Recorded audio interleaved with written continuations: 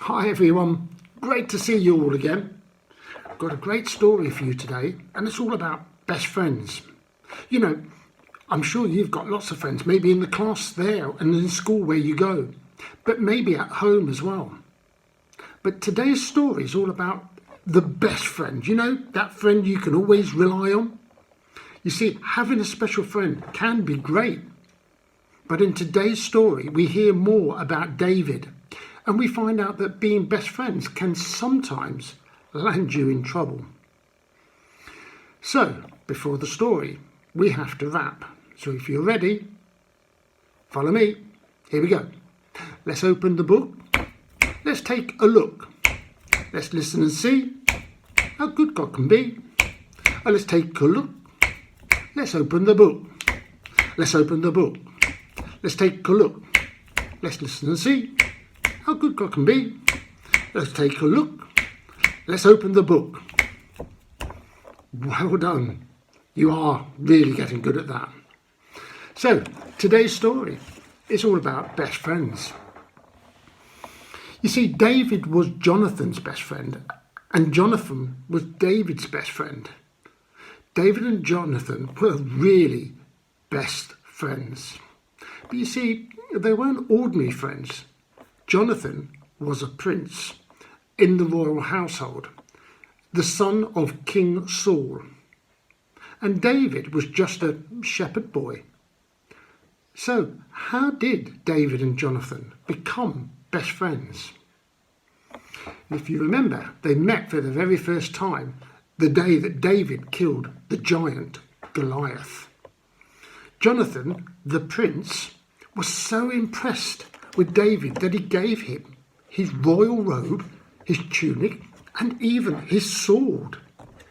He gave him his bow and a belt that went with it, and they were the best of friends straight away.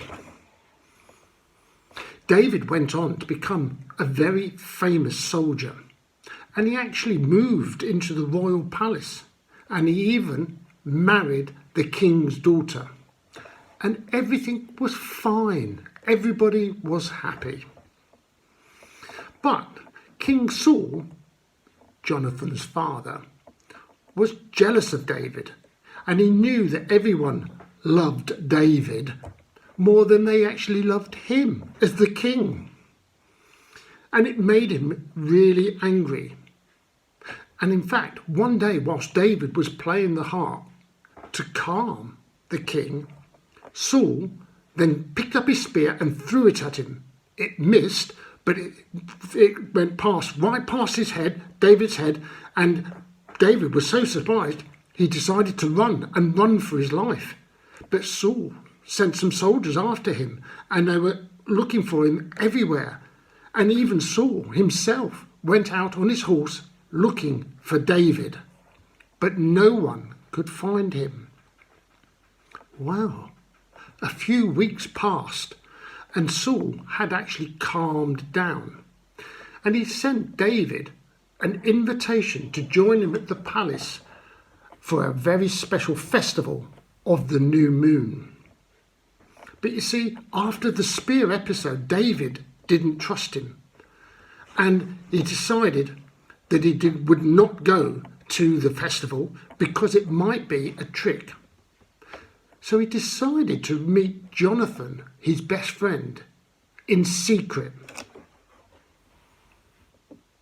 Jonathan, my friend, David asked, why is your father trying to kill me? I don't understand. What have I done wrong? Jonathan looked a bit confused. Kill you? Never, replied Jonathan. I'm sure you're wrong. My father tells me everything, and I'm sure he would have said something. Are you sure? David asked. I'm sure you're wrong. But he said, we're best friends. So would he tell you everything? We're the friends. Would your father really tell you all of his secrets? You see, he's invited me to the festival and to have dinner with him at the palace. But I need to make sure that it's safe for me to go. Jonathan saw how worried his friend was and asked, What can I do to help? Anything you ask." "I know," said David. "Tomorrow I'll stay away from the festival. And if Saul asks after me, tell him you've given me permission to go to Bethlehem to celebrate the festival with my family. If he's angry, we'll know that he wants to harm me. But if he doesn't mind, then we'll know it's safe for me to come back." Jonathan was worried. "But how will you know if he's angry or not? How can I get a message to you without my father finding out?" They put their heads together and came up with a great plan. You see, the next evening, when the royal court was seated for the first day of for the festival, David's place was empty. Saul looked, but didn't say anything. But when the same thing happened on the second day of the festival, Saul asked his son, "Where is David? Why hasn't he come to the festival as I asked?" "Father," Jonathan replied, "I gave David permission to spend the festival with his family in Bethlehem. That's why he hasn't come to you and to the king's table." Saul was furious with that and shouted at his son, "You foolish, foolish boy. Don't you realise as long as David lives, neither you nor me or any of our descendants would ever become king of Israel? Go and fetch him, because he must die." Jonathan was absolutely horrified what his father had said. David was right. You cannot trust Saul. I cannot trust my father. Jonathan just couldn't believe it. Seeing Jonathan hesitate, Saul became so angry that he actually threw his spear at Jonathan, his son. He threw his spear at Jonathan. And luckily, again, it missed. And his father really, really did want to kill his best friend. So as soon as the sun rose the next day, Jonathan set off to warn David. David was waiting for him in a nearby field, hidden by very long grass, so that no one could see him. Jonathan had brought his archery set with a large bow and plenty of arrows, and a small servant boy to fetch and carry. He said, "I'm going to practice shooting some arrows," he said to the child, "and I want you to go and fetch them for me." And this is where the clever plan came into action. Jonathan stretched back the bow and shot an arrow high into the air, and it flew off across the fields. And he said to the boy, "Hurry, quickly, don't stop." And David, hiding in the grass, heard him, and that was the signal, the sign that David's life was in fact in danger and he must run away. So David did. He ran and he ran, and from that day onwards became an outlaw, running for his life and running all the time away from that angry king, Saul. King Saul made it very difficult for Jonathan and David to become friends and stay friends as well. He had to choose between his father's anger and his friend's life.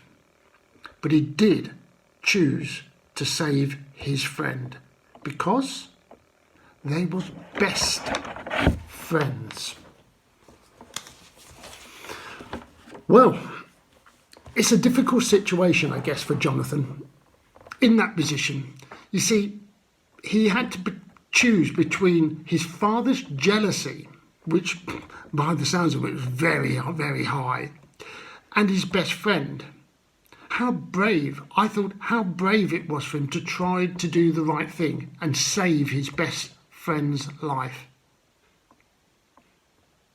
I wonder, We may not, you or me, we may not be in the position to save our best friends' lives like it was in the story.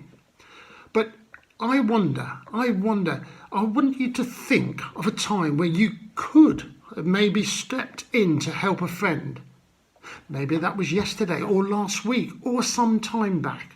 Just give it some thought about a time maybe you could have helped your friend, your best friend, a little bit more. And I wonder if you would do it differently next time if your friend, your best friend, was in trouble. I'll give you a moment or two to think about that one.